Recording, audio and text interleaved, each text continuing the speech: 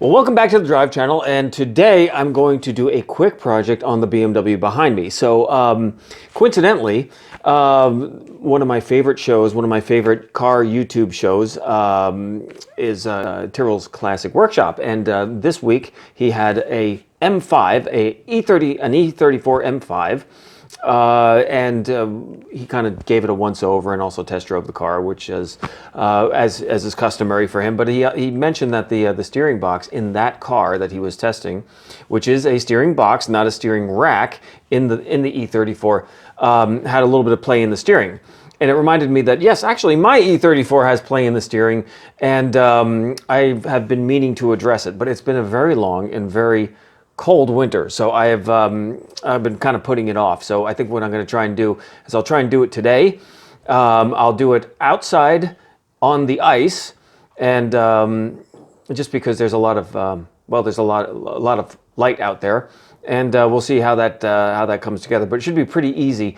Basically, what you need is a crow's foot wrench with a long spanner on that, and you're going to need that's a 17 millimeter, by the way, crow's foot, and then you need a 5 millimeter Allen. So the 17 mil, you just have to crack that open to allow you to adjust the 5 millimeter Allen, and just take out a little bit of the play. So also while I'm in there, I'll also take a look at the cable for the throttle, because another Tyrrell's Classic Workshop top tip is making sure that that is not loose, because essentially what happens is when you put the pedal to the metal and it's loose, you're only opening the throttle maybe 80% or 85 or 90% and not 100%. So that's free horsepower if you can adjust that properly. So anyway, that's what I'm going to do today, and join me in a few minutes out with this car outside, and I'll see how we get along.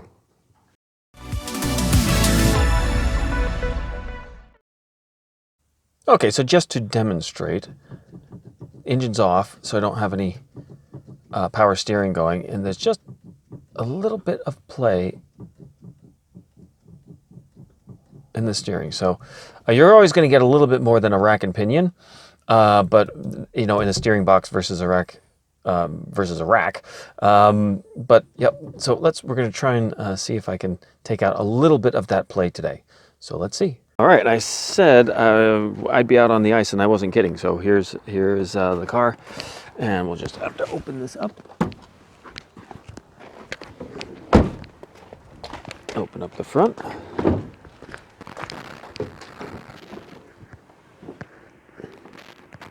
And the challenging part is that the steering rack is all the way down through here. So I have to remove this hose and either move this out of the way or completely remove it. It's probably easier just to remove the whole thing. So I'll get cracking on that. There it is, yep. It even says 17 on it. Right. So we got this. By the way, this is the crow's foot. Got it, okay. Now, okay, so here we go. You probably can't see this, even with all of this light. Is all the way down, past this double pipe here, this over here. And the reason why I knew it was 17 is that it actually has a big label on it that says just above the nut itself, that says 17 with a big circle around it, which you probably can't even see. But yeah, that's actually how I knew it was 17 millimeter. And so it turns out I didn't even have to move this. It's just kind of put the crow's foot down there, and it was actually pretty loose. So now I have to figure out how to get a 5 mil on there. So let's see. Okay, so this is my contraption. I think this is 5 millimeters. I'm not sure, because I had to kind of modify it for a previous project. So I have no idea if this is the right size, but we'll find out in a second. Boy,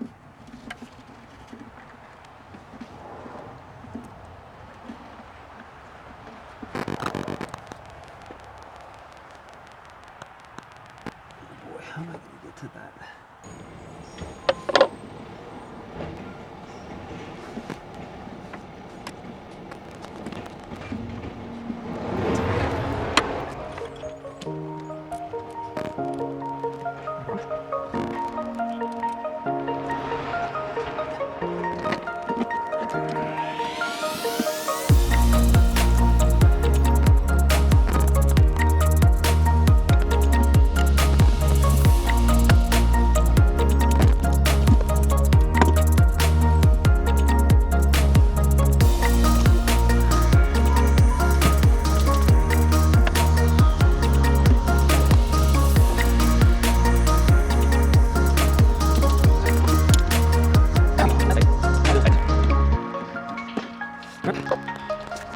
So that was step one.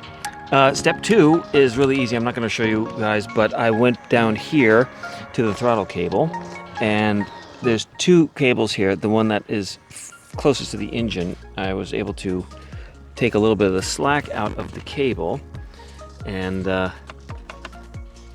make sure that there's no slack in there. So hopefully that'll help things a little bit to make the car perhaps a little bit faster, but we'll see.